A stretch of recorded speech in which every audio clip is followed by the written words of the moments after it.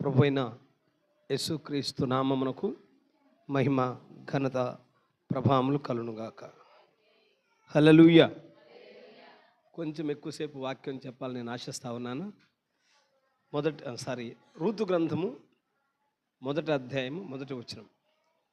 Ruth గ్రంథం మొదటి అధ్యాయము 22వ వచనం.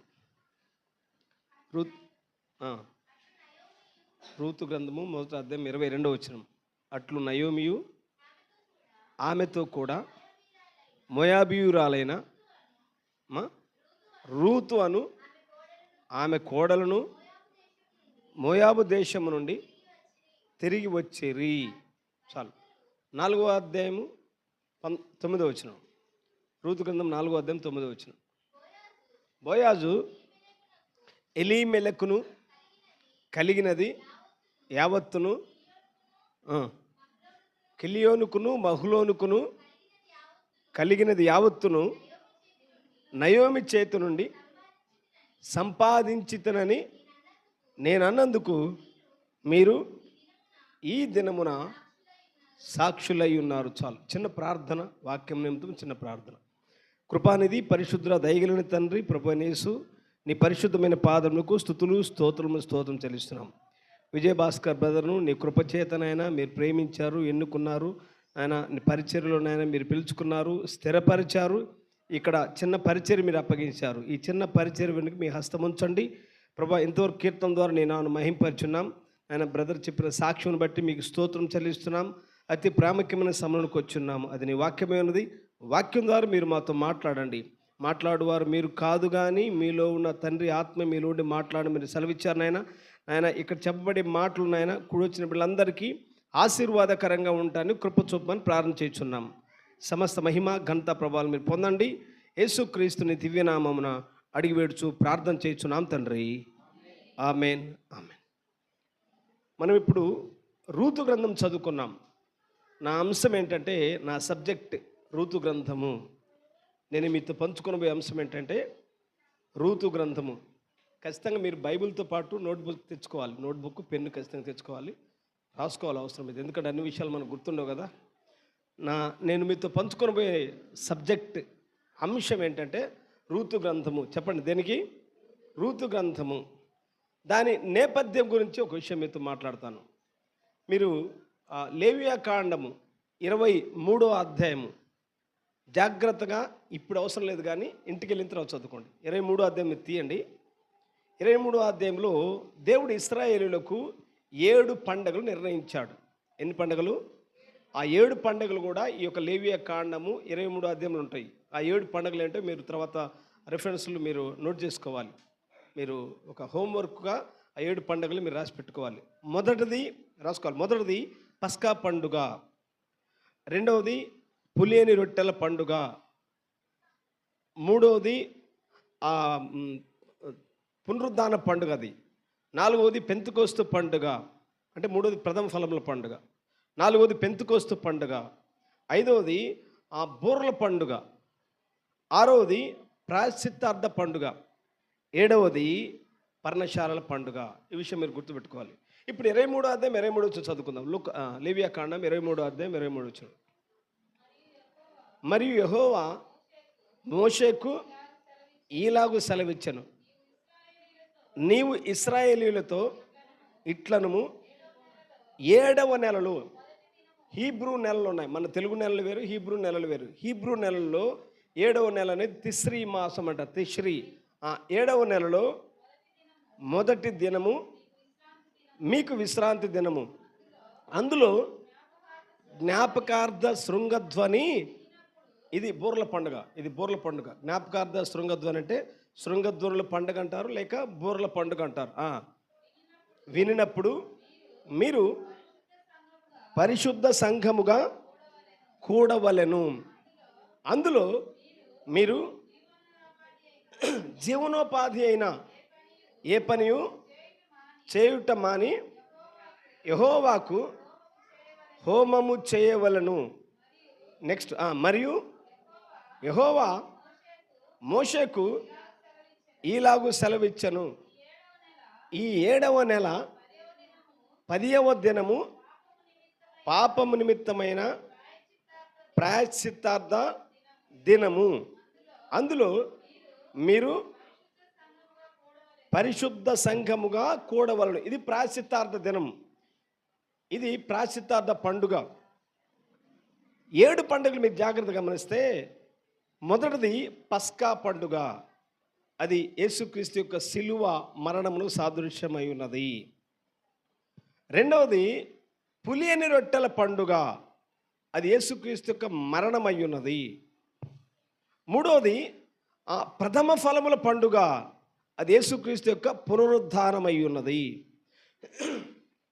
నాలుగవది పెంతెకోస్తు పండుగ. పెంతెకోస్తు అంటే 50వ దినం అని అర్థం. నాలుగవది పెంతెకోస్తు పండుగ. అది పరిశుద్ధాత్మ దిగి వచ్చిన కాలము, సంఘమునకు. అది అపోస్తుల కార్యము 2వ అధ్యాయంలో ఆ సంఘం ప్రారంభించబడింది. ఐదవది బోర్ల పండుగ.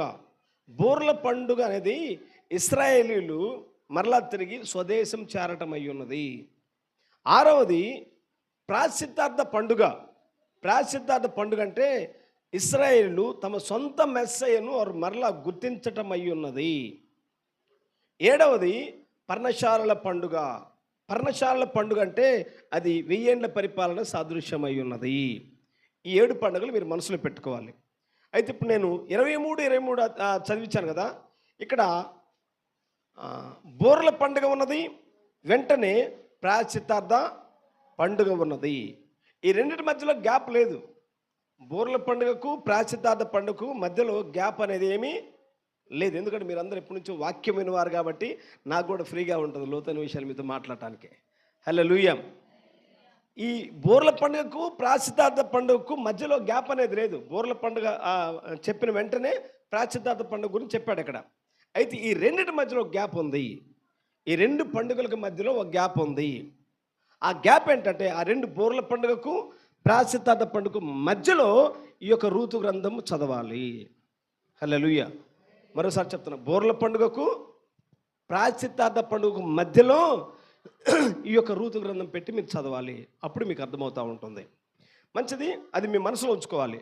ఇప్పుడు రూతు గ్రంథంలోకి వద్దాం. మన అంశం ఏంటి? రూతు గ్రంథము. మీరు చాలాసార్లు విన్నారు. క్రైస్తవ సంఘమునకు పరిచయమైన పుస్తకం ఇది. విశ్వాసులు అనబడిన వారికి అందరికీ బాగా పరిచయమైన పుస్తకం. బైబిల్లో స్త్రీల పేర్ల మీద వ్రాయబడిన పుస్తకాలు ఎన్ని ఉన్నాయి? Very good. ఒకటి ఎస్తేరు. మీ సంఘం చాలా ఫాస్ట్గా ఉందన్నా, పర్లేదు, దేవుడు నేను దీవించను కాక. 2 పుస్తకాలు స్త్రీల పేర్ల మీద ఉన్నాయి. దేవుడు అనుమతి ఇచ్చాడు. అయితే ఈ రూతు గ్రంథంలో 4 అధ్యాయాలు ఉన్నాయి. ఎన్ని అధ్యాయాలు ఉన్నాయి? 4 అధ్యాయాలు ఉన్నాయి. మొదటి అధ్యాయం యొక్క సారాంశం ఏంటంటే నిర్ణయం తీసుకొనుట. రూతు నిర్ణయం తీసుకున్నది. మొదటి అధ్యాయం యొక్క సారాంశం ఏంటి? నిర్ణయము. మొదటి అధ్యాయం అన్న దగ్గర ఎదురుగా నిర్ణయము అని పెట్టుకోవాలి. అంటే 4 అధ్యాయాల యొక్క సమ్మరీ చెప్తాను నేను, వినండి. మొదటి అధ్యాయం ఏం చేసింది రూతు? ఏమిటామె తీసుకున్న నిర్ణయము? ఎవరైనా చదవగలరా? వెంటనే ఆ నిర్ణయం అనగానే మీకు ఒక వాక్యం గుర్తురావాలి. మొదటి అధ్యాయంలోనే ఉంటుంది. కాదు. Very good. God bless you. అమ్మ. ఏం పేరు? చదవండి. 10వ వచనం, 16వ వచనం. Very good. 16వ వచనం, 1:16. అందుకు రూతు, నా వెంబడి రావద్దనియు, నన్ను విడిచిపెట్టుమనియు నన్ను బ్రతిమాలు కొనవద్దు. నీవు వెళ్ళిన చోటుకే నేను వచ్చేదను, నీవు నివసించిన చోటనే నేను నివసించదను. నీ దేవుడే, నీ జనమే నా జనము, నీ దేవుడే నా దేవుడు. నీవు ఎక్కడ చనిపోతావో నేను అక్కడ మృతి పొందేదను, అక్కడనే పాతి పెట్టబడేదను. మరణము తప్ప మరి ఏదైనను నిన్ను నన్ను ప్రత్యేకించిన ఎడల యెహోవా నాకు ఎంత కీడైనను. అదండి రూతు తీసుకున్న నిర్ణయం. అత్త ఏమన్నది నయోమి, అమ్మా ఇంక నాకు పిల్లలు పుట్టే పరిస్థితి లేదు, నీవు అర్జెంటుగా ఉన్నపాటు మీ సొంత ఇంటికి వెళ్ళిపోమని చెప్పింది. రూతు తీసుకున్న నిర్ణయం ఏంటంటే అత్తతో పాటు జర్నీ చేయాలని నిర్ణయం తీసుకున్నది. నీ దేవుడే, నువ్వు ఎక్కడ చనిపోతావో నేను అక్కడ చనిపోతా. నువ్వెక్కడ నీ నీ నీ నీ జర్నీ నా జర్నీ. ఇప్పుడంతా క్వైట్ ఆపోజిట్. ఇప్పుడు కోడలు ఏమంటారు, ఆమె ఉంటే నేను సంసారం చేయమంటాం మనం. అర్జెంటుగా మెత్త దగ్గర నుంచి కాపురము, మీ అమ్మ దగ్గర నుంచి కాపురం వేరు పెట్టమంటారు. రూతు అద్భుతమైన కోడలు. అత్త నీ దేవుడే, నిన్ను చూసుకునే బాధ్యత నాకున్నది, నిన్ను చూసుకునే బాధ్యత నాకున్నది, నన్ను వెళ్ళిపోద్దనొద్దు. అద్భుతమైన నిర్ణయం. స్టార్టింగ్లో క్రైస్తవ జీవితము కూడా ఒక నిర్ణయం తీసుకోవాలి. క్రీస్తు వద్దకు వచ్చినప్పుడు ఏం చేయాలి? ఒక అద్భుతమైన నిర్ణయం తీసుకోవాలి. మీరు సైనికులు గమనించండి, దేశమును కాపలా కాసే సోల్జర్స్, సైనికునిగా చేరేటప్పుడు అతను ఒక నిర్ణయం తీసుకోవాలి, ఒక ప్రమాణం చేపిస్తారు. నేను నా జాతి కోసము, నా దేశం కోసము నేను ప్రాణమైన పెడతాను, కానీ నా వీపు వెనుకంజ వేయను అని ఒక నిర్ణయం తీసుకుంటారు. క్రైస్తవ్యము అనేది ఇది ఒక పౌలన్నాడు 2 తిమోతిలకు రాసిన పత్రిక 2వ అధ్యాయం 5వ వచనం. 2 తిమోతిలకు రాసిన పత్రిక 2వ అధ్యాయం 5వ వచనం. మరియు జట్టి అయిన వాడు పోరాడునప్పుడు నియమ ప్రకారము పోరాడకుంటే, జట్టి అయిన వాడంటే సోల్జర్, ఒక సైనికుడు. అతను తన పందెంలో, తన డ్యూటీలో నియమ ప్రకారము పోరాడాలి. ఆ నియమంలో ప్రారంభంలో ఏముంటుందంటే ఒక నిర్ణయం ఉంటుంది. విశ్వాసి క్రీస్తు యొద్దకు వచ్చినప్పుడు ఏం చేయాలి? నిర్ణయము తీసుకోవాలి. సరైన నిర్ణయం అయి ఉండాలి, అది సరైన నిర్ణయం అయి ఉండాలి. రోమీయులకు రాసిన పత్రిక 8వ అధ్యాయం 35వ వచనం. రోమీయులకు రాసిన పత్రిక 8వ అధ్యాయం 35వ వచనం.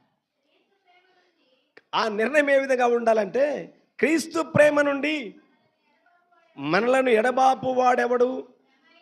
శ్రమ. ఈ పదాలు అందరూ గమనించాలి. శ్రమ అయినను, బాధ అయినను, హింస అయినను, కరువైనను, వస్త్రహీనత అయినను, ఉపద్రవమైనను, ఖడ్గమైనను మనలను ఎడబాపున ఎందును గూర్చి క్రీస్తు నుండి ఏది మనల్ని ఎడబాపనేరదు. అటువంటి నిర్ణయం తీసుకోవాలి. క్రైస్తవ్యం అనేది ఇది ఒక ముండ్ల బాట, ఇది పూల పాన్పు కాదు, ఇది ఒక ముండ్ల బాట. ఇందులో ఎత్తుపల్లాలు ఉంటాయి, ఇందులో శ్రమలు ఉంటాయి, ఇరుకులు ఉంటాయి, ఇబ్బందులు ఉంటాయి, కష్టాలు ఉంటాయి, అన్ని విధాలుగా ఉంటాయి. ఆకలి దప్పులు ఉంటాయి, నిందలు ఉంటాయి, అవమానాలు ఉంటాయి, పేదరికం ఉంటుంది. ఇవన్నీ తెలిసే నిర్ణయం తీసుకోవాలి. హల్లెలూయా. నేను ఏసీలో నాకు ఏ కష్టం రాకూడదు, ఏ బాధ రాకూడదు అనేది కాదు. ఇది క్రైస్తవ్యం అనేది అటువంటి విధానం. అటువంటి విధానంలో మీరు జాగ్రత్త గమనించాలి. పౌలు అన్నాడు, పేతురు అన్నాడు, యాకోబు, ఎవడైనను క్రైస్తవుడైనందుకు ఆ పేరును బట్టి అతడు మహిమపరచబడాలి. మోషే అన్నాడు, క్రీస్తు నిమిత్తము నింద గొప్ప భాగ్యమని ఎంచుకున్నాడు. మోషే క్రీస్తు నిమిత్తం నిందలు గొప్ప భాగ్యమని ఎంచుకున్నారు. భక్తులు, మనకంటే ముందున్న భక్తులు, ప్రవక్తలు అనబడిన వారు మీరు హెబ్రీయులకు రాసిన పత్రిక 11వ అధ్యాయం చివరి వచనాలు చదివితే, వారు గుహల్లోను కొండల్లోనూ తలదాచుకుంటున్నారు. ఒక మాట చదువుని 11వ అధ్యాయం చివరి వచనంలో, అట్టి వారికి ఈ లోకం యోగ్యమైనది కాదు అని ఉంటుంది. 11వ అధ్యాయం చివరి వచనం. కొండల్లోనూ గుహల్లోనూ గొర్రె చర్మములను మేక చర్మములను వేసుకొని దరిద్రులై ఉండి శ్రమపడి హింస పొందొచ్చు, అడవులలోనూ కొండల మీదను కొండలలోను గుహలలోను స్వరంగములలోను తిరుగులాడుచు సంచరించిరి. అట్టి వారికి ఈ లోకము యోగ్యమైనది కాదు. అది క్రైస్తవ జీవితము. హల్లెలూయా. కాబట్టి రూత్ ఏం చేసిందంటే, మొదటి అధ్యాయంలో ఏం చేసింది? నిర్ణయము తీసుకున్నది. అది నిర్ణయం ఏ విధంగా ఉండాలంటే, సరైన సమయంలో సరైన నిర్ణయం తీసుకోవాలి. Take a right decision in a right time. సరైన సమయమున సరైన నిర్ణయం తీసుకోవాలి. సరైన సమయమున సరైన నిర్ణయం తీసుకోవాలి. రూతు సరైన నిర్ణయం తీసుకుంది తన అత్తను వెంబడించటానికి. తర్వాత రెండవ అధ్యాయం యొక్క సారాంశం ఏంటంటే రూతు పని చేసింది.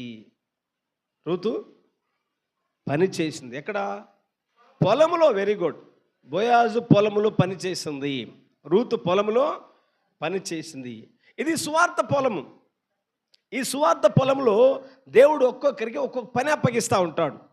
అది ఆ భాగ్యం అని ఎంచుకోవాలి. ఈ సువార్త పొలంలో కొంతమందికి పాటలు పాడే పని దేవుడు అప్పగిస్తూ ఉంటాడు, కొంతమందికి పరిచర్య చేసే పని అప్పగిస్తూ ఉంటాడు, కొంతమందికి చర్చి శుభ్రంగా ఊడ్చే పని అప్పగిస్తూ ఉంటాడు. ఎవరి పని దేవుడు అప్పగించాడో ఆ పనిలో వారు నమ్మకంగా ఉండాలి. ఒకరి పనిలో ఒకరు ఆశించకూడదు. నీకు తెలుసు ఆ టాలెంట్ దేవుడు నీకు ఏ గిఫ్ట్ అయితే పెట్టాడు. పాటలు పాడే వరం దేవుడు ఇచ్చాడా, వచ్చి పాటలు పాడే ప్రభుని స్తుతించు. ప్రవచించే వరం దేవుడు నీకు ఇచ్చాడా, అందులోనే ఆనందించు. ప్రార్థించే స్వభావం అనుభవం దేవుడు నీకు ఇచ్చాడా, అందులో ప్రార్థన. ఇది సువార్త పొలములో, సంఘం అనే పొలములో దేవుడు ఎవరికి ఏ బాధ్యత అప్పగించాడో ఆ పొలంలోనే పని చేయాలి. హల్లెలూయా. చెట్లన్నీ కలిసి ఒకసారి రాజుగారంట పొలానికి వెళ్ళాడు, ఉద్యానవనంకి వెళ్ళాడు. ఉద్యానవనంకి వెళ్తే ఆ చెట్లన్నీ కలిసి అందరూ ముఖాలు మార్చుకున్నాయి, సంతోషం లేదు. ప్రతిసారి వస్తే రాజుగారు వచ్చినప్పుడు కలకలగా ఉన్నాయి, ఈసారి అన్నీ మూతులు ముక్కులు మార్చుకున్నాయి, సరిగా విధానం లేదు. ఏంటి ఎప్పుడు వచ్చినా నన్ను ఆహ్వానించి ఇప్పుడు ఆహ్వానించట్లేదే అని ఆయన అడిగాడు. ఒక చెట్టు దగ్గరికి వెళ్ళాడు. మామిడి చెట్టు, నువ్వెందుకు విచారంగా ఉన్నావు అని అడిగాడు రాజుగారు. ఆ మామిడి చెట్టు అన్నది ఏం చెప్పంటారు రాజుగారు, నా జీవితంలో ఎన్ని సంవత్సరాలు ఉన్నా మామిడికాయలే కాస్తా ఉన్నాయి, ఏం కొబ్బరికాయ ఎందుకు ఒక్కసారి కాయకూడదు అనుకుంటుంది అది. ఓహో, అదే నీ ప్రాబ్లం అనుకున్నాడు. అరటి చెట్టు దగ్గరికి వెళ్ళాడు. అరటి చెట్టు, నీ ప్రాబ్లం ఏంటి, నువ్వెందుకు ముఖం మార్చుకున్నావంటే ఆమె అంటుంది, నా జీవితంలో ఎంతకాలం ఉన్నా అరటికాయలే ఎందుకు కాయాలండి, ఎందుకు మామిడికాయ కాయకూడదు.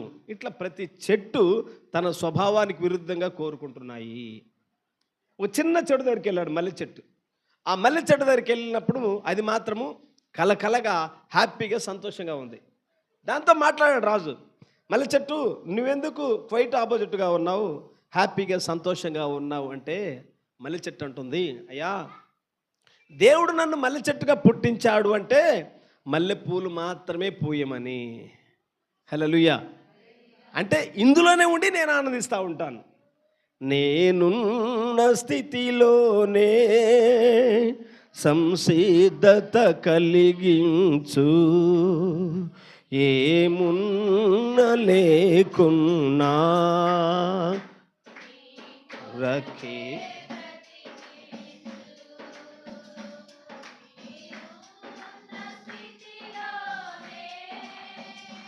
సంతృప్తిని కలిగించు, ఏమున్నా లేకున్నా నీ కొరకే బ్రతికించు.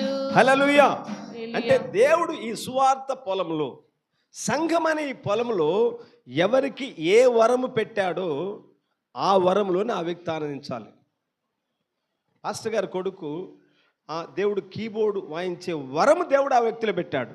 అది గిఫ్ట్, అది కావాలంటే వచ్చేది కాదు. అది దేవుడు ప్రతి వారికి, కొరింథీ పత్రిక మీరు గమనిస్తే 9 వరాలు ఉంటాయి. పరిశుద్ధాత్మలో 9 వరాలు ఉంటాయి. ఆ 9 వరాలు దేవుడు ఆల్రెడీ ఆ వ్యక్తిలో పెడతాడు. నిర్ణయ కాలంలో ఆ వరాలు అనేవి బయటకు వస్తూ ఉంటాయి. అలాగనే ఈ సంఘం అనే పొలంలో దేవుడు ఎవరికి ఏ వరం ఇచ్చాడు, ఏ పని చేయాలని నిర్ణయించాడు, అందులోనే నమ్మకంగా ఉండాలి. రూతు 2వ అధ్యాయం ఏం చేసింది, పొలంలో పని చేసింది. 1వ అధ్యాయము నిర్ణయం తీసుకున్నది, వెరీ గుడ్. 2వ అధ్యాయము పొలంలో పని చేసింది.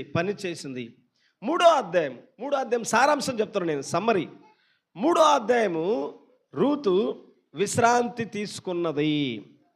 3వ అధ్యాయము రూతు విశ్రాంతి తీసుకున్నది. ఎక్కడ విశ్రాంతి తీసుకున్నది? బోయాజు పొలములు.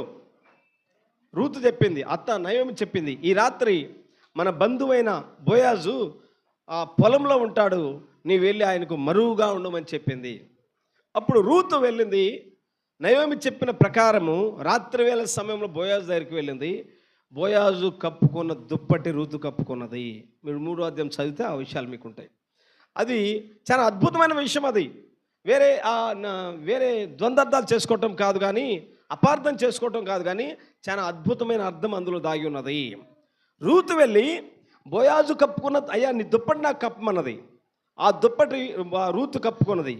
అది ఏ దుప్పటి అంటే అది అవమానం అనే దుప్పటి. హల్లెలూయా. బోయాజు క్రీస్తుకు సాదృశ్యమై ఉన్నాడు. బోయాజు ఎవరు? క్రీస్తుకు సాదృశ్యమై ఉన్నాడు. రూతు సంఘమునకు సాదృశ్యమై ఉన్నది. బోయాజు క్రీస్తు ఏ విధంగా ఆయన అవమానపరచబడ్డాడు బైబిల్ వ్రాయబడింది. ఆయన తన సంఘము కొరకు అవమానమును నిర్లక్ష్యపెట్టి సిలువను సహించాడు. ఆయన కొట్టబడ్డాడు, ఏడవబడ్డాడు, గాయపరచబడ్డాడు, ఉమ్మివేయబడ్డాడు, గెలిచేయబడ్డాడు, హేళన చేయబడ్డాడు. నిన్ను కొట్టింది ఎవరో చెప్పమని చెప్పారు. అపహసించబడ్డాడు. వీధుల్లో పిచ్చి కుక్క నీడ్చట్టు ఇచ్చారు. 400 మంది రాణువారు సైనికులు ఫుట్బాల్ ఆడుకున్నారు. ఆయన ఎంత అవమానమైతే పడ్డాడో ఆ అవమానమును సంఘం భరించాలి.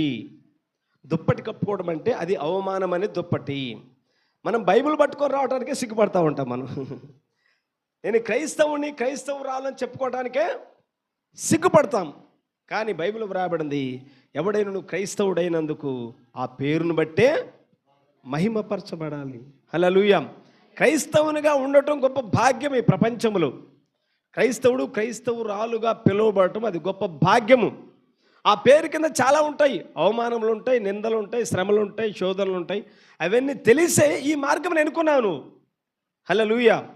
కాబట్టి ఆమె కప్పుకున్న దుప్పటి ఏంటి? అవమానం అనే దుప్పటి. భయపడాల్సిన పని లేదు. నిందలు ఉంటాయి, అవమానం క్రీస్తు కొరకు గొప్ప భాగ్యం అది. 3వ అధ్యాయం ఏంటంటే రూతు విశ్రాంతి తీసుకున్నది. ఏ విశ్రాంతి? మత్తయి సువార్త 11వ అధ్యాయం 28వ వచనం. పాస్టర్ గారు చూడకుండా కూడా చదువుతున్నారు. ప్రయాసపడి భారమును మోసుకొంచున్న సమస్త జనులారా నా యొద్దకు రండి, నేను మీకు విశ్రాంతినిస్తానన్నాడు. విశ్రాంతి దినాన్ని ఇస్తానన్నాడా? క్రీస్తులో విశ్రాంతి ఉన్నది. హల్లెలూయా. క్రీస్తులో విశ్రాంతి ఉన్నది. కాబట్టి 3వ అధ్యాయంలో రూతు విశ్రాంతి పొందుకున్నది. క్రీస్తులో ఉంటే తమ ప్రయాసాలు మాని నీవు క్రీస్తులో ఉంటే విశ్రాంతి, రెస్ట్ ప్లేస్లోకి వచ్చావు. దేవుడు నిన్ను ఆ విశ్రాంతి స్థలంలో తీసుకొచ్చాడు. 3వ అధ్యాయం. 4వ అధ్యాయము రూతు బహుమానం పొందుకున్నది. 4వ అధ్యాయం ఏంటి? బహుమానము పొందుకున్నది. ఏంటి రూతు పొందుకున్న బహుమానము? 4వ అధ్యాయం సారాంశం. 4వ అధ్యాయం యొక్క సారాంశం. రూతు పొందుకున్న బహుమానం ఏంటి? బోయాజుతో వివాహమే. God bless you brother. బోయాజుతో వివాహమే రూతు పొందుకున్న బహుమానం. అద్భుతమైన బహుమానం అది, రివార్డ్. బోయాజు క్రీస్తుకు సాదృశ్యమై ఉన్నాడు. మనం అన్య జనాంగం నుండి దేవుడు ఒక పెళ్లి కుమార్తెను ఎన్నుకున్నాడు. ఆ పెళ్లి కుమార్తెకే దేవుడు ఒక వధువు అని పేరు పెట్టాడు. గొర్రెపిల్ల భార్య అని పేరు పెట్టాడు. సంఘము అని పేరు పెట్టాడు. పరలోక పెళ్లి కుమారునితో ఈ భూలోక పెళ్లి కుమార్తె అదృశ్యంగా కలుసుకోవటం అయి ఉన్నది. హల్లెలూయా. ఇది 4వ అధ్యాయంలో సారాంశం. 1వ అధ్యాయము నిర్ణయము. సింపుల్గా 4 పదాలు గుర్తుపెట్టుకోవాలి. 1వ అధ్యాయము నిర్ణయము, 2వ అధ్యాయము పని, 3వ అధ్యాయము విశ్రాంతి, 4వ అధ్యాయము ఈ 4 విషయాలు మీరు మనసులో పెట్టుకోవాలి. ఇప్పుడు నేను నా అంశంలోకి వస్తా ఉన్నాను. ఇప్పుడు నేను చెప్పిందంతా నా ఉపోద్ఘాతం. మీరు కొద్ది నిమిషాలు ఊపబట్టాలి, ఎందుకంటే చాలా వాక్యంలో మనం తెలుసుకోవాలి కొన్ని విషయాలు. రూతు గ్రంథము బూర్ల పండుగకు ఈ యొక్క ప్రాశ్చిత్తార్థ పండుగకు మధ్యలో ఉన్న పుస్తకము రూతు గ్రంథము. మీకు బైబిల్ బాగా పరిచయం ఉంటే నేను చెప్పే విషయాలు మీకు అర్థమవుతూ ఉంటాయి. హల్లెలూయా. ఇప్పుడు రూతు గ్రంథం మొట్టమొదటి అధ్యాయం 1వ వచనం చదువుకుందాం. రూతు గ్రంథం 1:1. రూతు 1:1. న్యాయాధిపతులు ఏలిన దినములందు దేశములో కరువు కలుగా. ఇక్కడ ఆగుదాం. ఈ గ్రంథంలో మనకు 3 వ్యక్తులు ప్రాముఖ్యంగా కనిపిస్తూ ఉంటారు. చాలామంది పాత్రలు ఉన్నారు, కానీ మనకు 3 వ్యక్తులు ప్రాముఖ్యంగా కనిపిస్తూ ఉంటారు. 1 Boaz, 2 Naomi, 3 Ruth. Very good. Boaz, Naomi, Ruth. Boaz యేసుక్రీస్తుకు సాదృశ్యమై ఉన్నాడు. బోయాజు క్రీస్తుకు సాదృశ్యమై ఉన్నాడు. నయోమి యూదా సంఘానికి సాదృశ్యమై ఉన్నది. నయోమి యూదా అంటే ఇజ్రాయేలులకు సాదృశ్యమై ఉన్నది. రూతు అన్య వధువుకు సాదృశ్యమై ఉన్నది. అన్య సంఘమునకు రూతు సాదృశ్యమై ఉన్నది. బోయాజు అంటే అర్థం ఏంటంటే వేగము అని అర్థం. బోయాజు అనే మాటకు అర్థం ఏంటి? వేగము అని అర్థం. నయోమి అనే మాటకు అర్థం ఏంటి? మధురము. వెరీ గుడ్, మధురము అని అర్థం. మీరు కూడా నాకు సపోర్ట్ ఇవ్వాలి, మౌనం కూర్చోటం కాదు. ఒక బంతిని మీరు గోడకి ఎంత ఫాస్ట్గా విసిరేస్తారో అంత ఫాస్ట్గా మీ యొద్దకు తిరిగి వస్తూ ఉంటుంది బంతి. కాబట్టి మీరు కూడా స్పందించాలి. రూతు అనే మాటకు అర్థం ఏంటి? రూతు అనగా సౌందర్యవంతురాలు. హల్లెలూయా. ఈ 3 విషయాలు మీరు గుర్తుపెట్టుకోవాలి. ఇప్పుడు మొదటి వచనం మరోసారి చదువుకుందాం. మొదటి వచనం, న్యాయాధిపతులు ఏలిన దినములందు దేశములో కరువు కలుగగా. దేశము అనగా అక్కడ ఇజ్రాయెల్ దేశం అని గుర్తుపెట్టుకోవాలి. దేశం అనే మాట, దేశము అనగా ఇజ్రాయెల్ దేశము. ఇజ్రాయెల్ దేశంలో కరువు ఎప్పుడొచ్చింది? దానికి మీరు పోల్చినట్లయితే క్రీస్తు శకము 70వ సంవత్సరమున జనరల్ టైటస్, తీతు అనే సైన్యాధిపతి, వెస్పాసియన్ ఆ కుమారుడు టైటస్, ఆయన రోమన్ మిలిటరీ ఆఫీసర్, తన కాలంలో కొంతమంది సైనికులు వెంటబెట్టుకొని ఆయన యెరూషలేం పట్టణాన్ని ధ్వంసం చేశాడు. యెరూషలేం మందిరాన్ని తగలబెట్టించాడు. ఆ సందర్భంలో ఆ చరిత్ర మీరు గమనిస్తే దాదాపు 11 లక్షల మంది ఇశ్రాయేలు చంపబడ్డారు. 1/3 చంపబడ్డారు.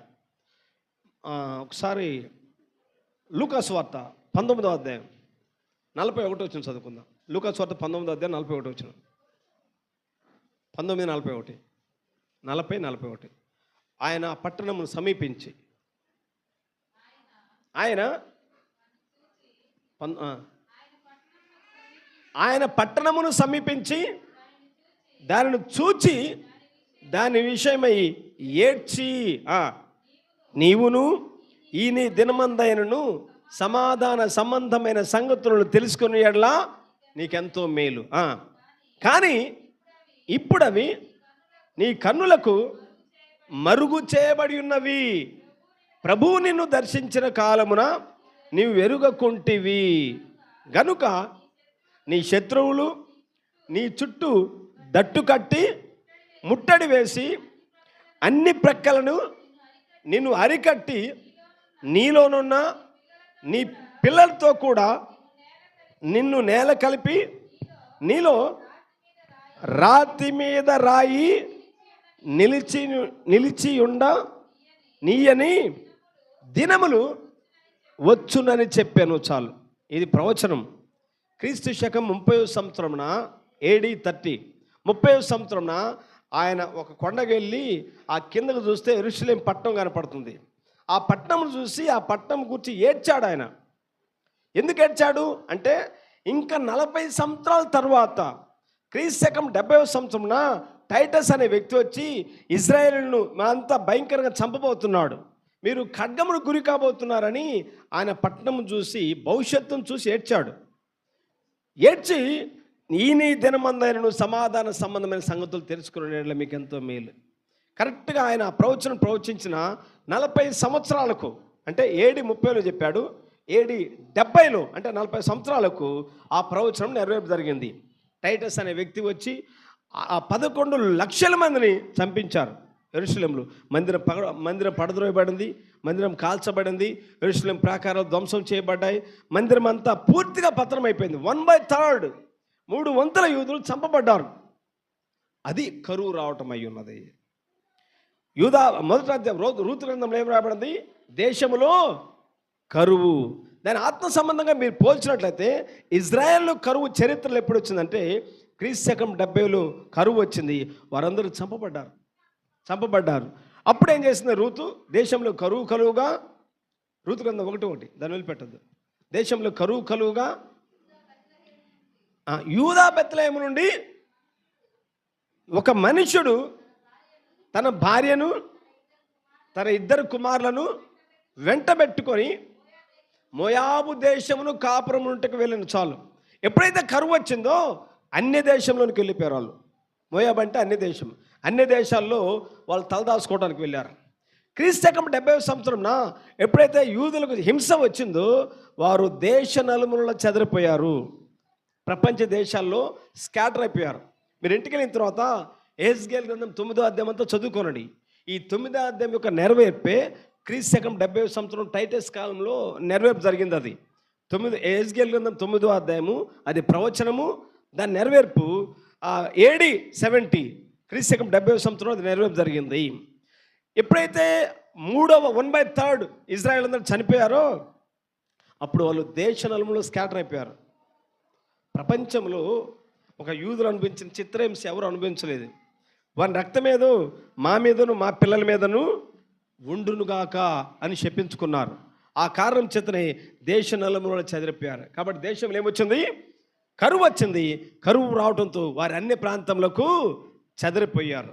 నేను చెప్పేది మీరు బాగా అర్థం చేసుకోవాలి. ఈ యూదులు 70వ సంవత్సరం వారి కరువు వచ్చింది. ప్రపంచ దేశాల్లో చల్లా చెదిరిపోయారు. ఇప్పుడు 3 వచనం, రూతు గ్రంథం 1:3. నయోమి పెనిమిటి అయిన ఎలీమెలకు చనిపోయిన తరువాత అంటే యూదులు దాదాపు ఇంచుమించు 3వ శతాబ్దం వరకు 1/3 వరకు చనిపోయారు. ఇప్పుడు 22వ వచనం. అట్లు నయోమియు ఆమెతో కూడా మోయాబీయురాలైన ఆమె కోడలను మోయాబు దేశం నుండి తిరిగి వచ్చిరి. వారిద్దరూ యవల కోత ఆరంభమున ఎప్పుడు మరలా సొంత బెత్లెహేముకు వచ్చారు? మోయాబు దేశంలోనికి వెళ్ళారు. అక్కడ అన్ని ప్రాంతంలో చాలా ఉన్నారు, చాలా దినాలు ఉన్నారు. అయితే యవల కోత ఆరంభమున వారు మరలా ఎక్కడికి చేరారు? బెత్లెహేం చేరారు. దాని అర్థం ఏంటంటే ఇశ్రాయేలీలు ప్రపంచ చరిత్రలో స్కాటర్ అయిపోయారు. అన్య దేశాల్లో చెదిరిపోయారు. జర్మనీలో కొంతమంది, అమెరికాలో కొంతమంది, లేకపోతే ఇండియాలో కొంతమంది, వివిధ దేశాల్లో ఇజ్రాయేల్ చాలా చెదిరిపోయారు. అయితే దేవుడు వారిని కనుకరించి ఒక ప్రవచనం చెప్పాడు. యేసు ప్రభు మత్తయి సువార్త 24వ అధ్యాయము 32వ వచనం. మత్తయి సువార్త 24వ అధ్యాయం 32వ వచనం. అంజూరపు చెట్టును చూచి ఒక ఉపమానము నేర్చుకొనుడి. అంజూరపు కొమ్మ లేతదై చిగురించినప్పుడు వసంతకాలము ఇంకా సమీపముగా ఉన్నప్పుడు మీకు తెలియను. అంజూరపు చెట్టు గురించి చెప్పాడు ప్రభు. అంజూరపు చెట్టు అనగా ఇశ్రాయేలులై ఉన్నారు. అంజూరపు చెట్టు అంటే ఏంటి? అంజూరపు చెట్టు లేతదే చిగురిస్తుంది అన్నాడు. అది లేతదే చిగురించాలంటే అది ఒకప్పుడు ఎండిపోవాలి కదా. మీరు మార్క్స్ వార్త 11వ అధ్యాయం చదివినట్లయితే యేసు ప్రభు తన శిష్యులతో ఒకసారి వేరే ప్రాంతంలో సువార్తకు వెళ్తా ఉన్నాడు. ఈయన ఆకలిగా ఉన్నాడు. ఆయన ఆకులు గల ఒక అంజూరపు చెట్టును చూశాడు. అక్కడికి వెళ్ళి ఏమైనా దొరుకుతాయేమని వెళ్ళాడు, కానీ అది ఆకులు తప్ప మరి ఏమీ లేదు. అంజూరపు చెట్టు అనే ఇశ్రాయేలులు దేవుడు ప్రేమించి ఆయన తన సొంత ప్రజల వద్దకు వచ్చాడు. నా సొంత ప్రజలు నన్ను చేర్చుకుంటారు అనుకున్నాడు. యోహాను సువార్త 1:11 వచనం. యోహాను సువార్త 1:11. ఆయన తన స్వకీయుల వద్దకు వచ్చాను. ఆయన తన స్వకీయుల వద్దకు వచ్చాను. చెట్టు దగ్గరికి వెళ్ళాడు అంటే అర్థం ఏంటంటే ఆ చెట్టు ఎవరు? అంజూరపు చెట్టు ఎవరు? ఇశ్రాయేలీలు. ఆయన తన సొంత ప్రజల దగ్గరకు వచ్చాడు. తన స్వకీయుల వద్దకు వచ్చాను, వారు ఆయనను అంగీకరింపలేదు. అంటే అర్థం ఏంటంటే ఆ చెట్టు ఫలములను ఇవ్వలేదు. అప్పుడు అన్నాడు, ఇక మీదట నీ ఫలములు ఎవరును తినకుందురుగాక అని చెప్పించాడు. ఆయన అవతల గ్రామానికి వెళ్ళారు, సువార్త బోధించాడు. మళ్ళీ అదే మార్గంలో వస్తున్నప్పుడు మరుసటి రోజు పేతురు ఆ సంగతి జ్ఞాపకం తెచ్చుకొని, చదవన్నమాట, పేతురు ఆ సంగతి జ్ఞాపకం తెచ్చుకొని, ప్రభువా నీవు నిన్న శపించావు అంజూరపు చెట్టు, అది ఇప్పుడు వ్రేళ్ళ సైతము అది ఎండిపోయినది అన్నాడు. ఎండిపోయింది అన్నాడు. అంటే ఎప్పుడైతే యూదులు యేసును తిరస్కరించారో ప్రపంచ దేశాల్లో చల్లా చెదరైపోయారు. ఆ చల్లా చెదరైపోవటమే అంజూరపు చెట్టు ఎండిపోవటం అయి ఉన్నది. ఇప్పుడు చల్లా చెదరైపోయిన యూదులు మరలా తిరిగి సొంత ప్రాంతంలోకి రావాలి. దాన్నే ప్రభు చెప్పాడు, అంజూరపు కొమ్మ లేతదై మళ్ళా చిగురిస్తుంది అన్నాడు. 1948 మే 14వ తారీఖు గుర్తుపెట్టుకోవాలి. మనకు స్వాతంత్రం ఎప్పుడు వచ్చింది? 47. కానీ యూదులు అప్పటి వరకు ఈజిప్ట్ బ్రిటిష్ మ్యాండేట్ అంతమైంది. బ్రిటిష్ పరిపాలన ప్రపంచాన్ని పరిపాలన చేసింది. ఐక్యరాజ్య సమితి వారు ఇస్రాయేల్కు స్వాతంత్రాన్ని ప్రకటన చేశారు. 1948 మే 14వ తారీఖున ఇజ్రాయెల్ ప్రధాని, మొట్టమొదటి ప్రధాని డేవిడ్ బెన్గూరియన్ అనే ఆయన ఇజ్రాయెల్ దేశంలోకి వచ్చాడు. ఇజ్రాయెల్ దేశంలో ప్రాముఖ్యమైన పట్టణం ఒకటి ఉంది, దాని పేరు టెల్ అవీవ్. ఆ టెల్ అవీవ్ పట్టణంలోకి వచ్చారు. అక్కడ ఒక మ్యూజియం ఉంది. ఆ మ్యూజియంలోనికి సమితి సభ్యులందరూ అక్కడికి చేరారు. ఆ సమితి సభ్యులందరూ అక్కడ చేరారు. కరెక్ట్గా సాయంకాలం 4 గంటలకు డేవిడ్ బెన్గూరియన్ అక్కడికి వచ్చాడు. వచ్చి ఆయన ఇస్రాయేలులకు స్వాతంత్రం ప్రకటన చేయబడింది అని ప్రకటన చేశాడు. హల్లెలూయా. ఇస్రాయేల్ ఒక దేశంగా సమకూర్చబడ్డారని ప్రకటన చేశారు. 6,50,000 మంది టీవీలో చూస్తూ ఉండగా వారికి ఒక జాతీయ గీతం ఉన్నది. మన జాతీయ గీతం పేరేంటి? జనగణమన. యూదులకు, ఇశ్రాయేలుకు జాతీయ గీతం ఉన్నది. ఆ జాతీయ గీతం పేరేంటంటే హటిక్వా అన్నారు. హటిక్వా అంటే గ్రేస్, కృప. ఆ హటిక్వా గీతం 6,80,000 మంది చూస్తూ ఉండగా హటిక్వా వారి జాతీయ గీతం పాడారు. అప్పుడు వారికి ఒక దేశం అనేది ప్రకటించబడింది. కొందరు ఆ దేశానికి బండ అని పేరు పెడదామన్నారు, కొందరు ఆ దేశానికి సియోన్ అని పేరు పెడదామన్నారు. కానీ డేవిడ్ బెన్గూరియన్ అయితే దీనికి యెరూషలేం అని పేరు పెట్టాడు ఆయన. హల్లెలూయా. అప్పుడు అంజూరపు చెట్టు చిగురించింది. అంజూరపు చెట్టు చిగురించిందంటే 1948 మే 14వ తారీఖున అంజూరపు చెట్టు చిగురించింది. అంటే అర్థం ఏంటంటే ప్రపంచ దేశాల్లో ఉన్న చెల్లాచెదిరినప్పుడు ఇశ్రాయేల్ అందరూ మరలా తిరిగి సొంత ప్రాంతంలోకి వచ్చారు. వారికి దావీదు 6 కోణం నక్షత్రం ఉంది, డేవిడ్ స్టార్. వారికి ఆరాధన ఉంది. ప్రపంచమే గుర్తించేటట్టు దేవుడు చేశాడు. హల్లెలూయా. కాబట్టి ఇక నయోమి మోయాబు దేశంలోనికి వెళ్ళిపోయిన తర్వాత మరలా నా దేశంలో మరలా దేవుడు దర్శించాడని గుర్తుపెట్టుకొని యవల కోత ఆరంభమున మరలా తన కుటుంబంతో పాటు బెత్లెహేమునకు చేరింది. అంటే ఇజ్రాయేల్ మరలా దేవుడు 1948లో వాళ్ళని కనికరించి వాళ్ళను వాగ్దాన దేశంలోకి నడిపించాడు. హల్లెలూయా. ఇప్పుడు ఈ రూతు గ్రంథం 1వ అధ్యాయము, మళ్ళీ రూతు గ్రంథం 4వ అధ్యాయంలో మీరు గమనిస్తే 4వ అధ్యాయం 9వ వచనం చదువుకుందాం. బోయాజు, నేను త్వరగా ముగిస్తాను, మీరు హరిబెర్లో ఉన్నారు, టీవీ ఫోన్లు చూసుకున్నారు, కొంతమంది హడావుల్లో ఉన్నట్టు, త్వరగా ముగిస్తాను. బోయాజు ఎలీమెలకు కలిగిన యావత్తును, మహల్లోనుకును కలిగినది యావత్తును నయోమి చేతి నుండి నేను సంపాదించుతానని నేను అన్నందుకు మీరు ఈ దినమున, మొదట అధ్యాయం 22వ వచనమేమో పర్ణశాలల పండుగ, బూరల పండుగ. ఇశ్రాయేలుకు 7 బూరలు ఉన్నాయి, అవి ప్రకటనలో ఉంటాయి.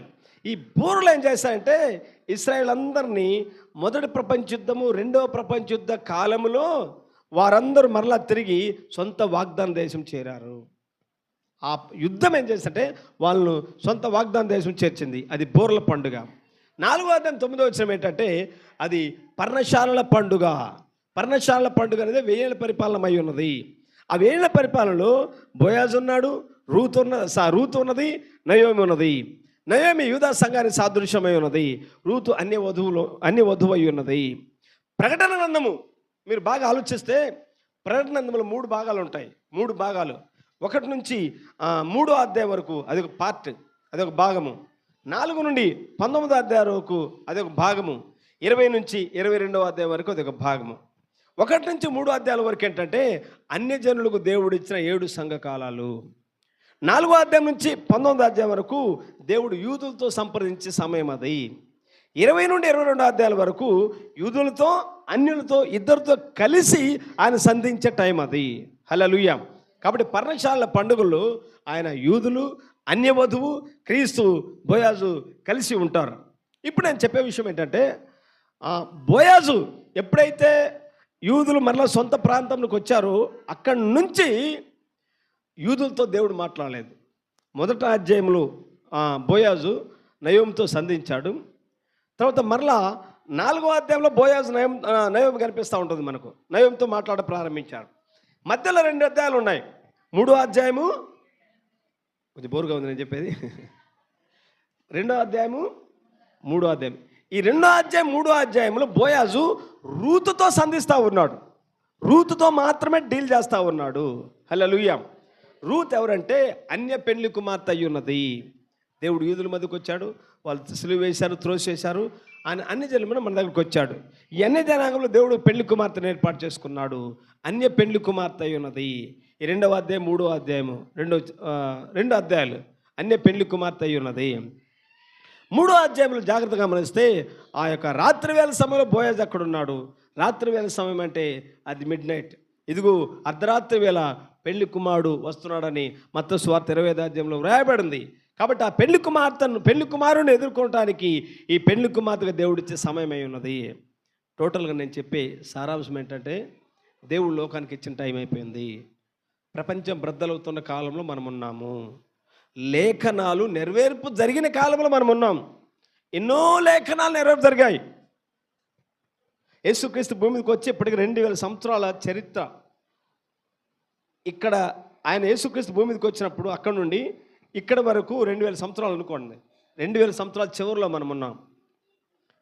అయితే మనం ఏమనుకుంటున్నామంటే ఈ 2000 సంవత్సరాల చరిత్రలో ఎన్నో లేఖనాలు నెరవేర్పు జరిగినాయి. మనం ఈ కాలంలో పుట్టాం. ఇక్కడ పుట్టి మనం అనుకుంటాము ఇక నుంచి చాలా జరగాలేమనుకుంటాం. మనం జరిగిపోయిన కాలంలో నువ్వు నేను పుట్టాం.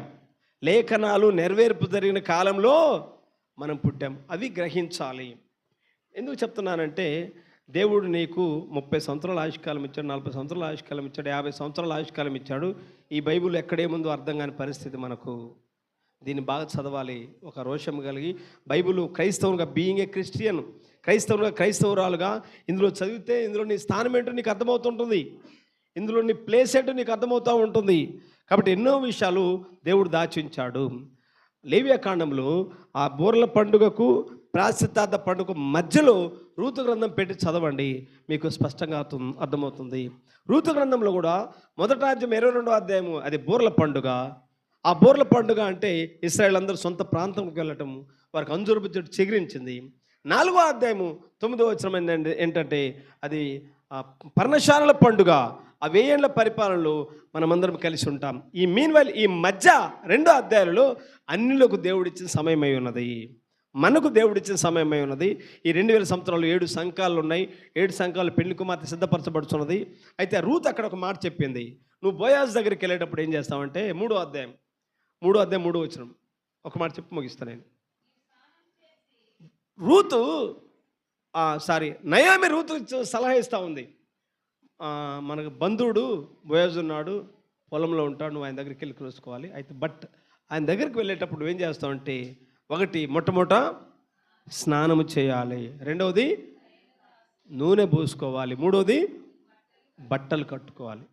ఈ 3 చేసి తర్వాత నువ్వు బోయాజు దగ్గరికి వెళ్ళి మిగతా కార్యక్రమం జరిగిస్తాడన్నాడు. అక్కడ స్నానము అంటే అపోస్తుల కార్యం 2వ అధ్యాయం 38 వచ్చిన అపోస్తుల కార్యం 2:38.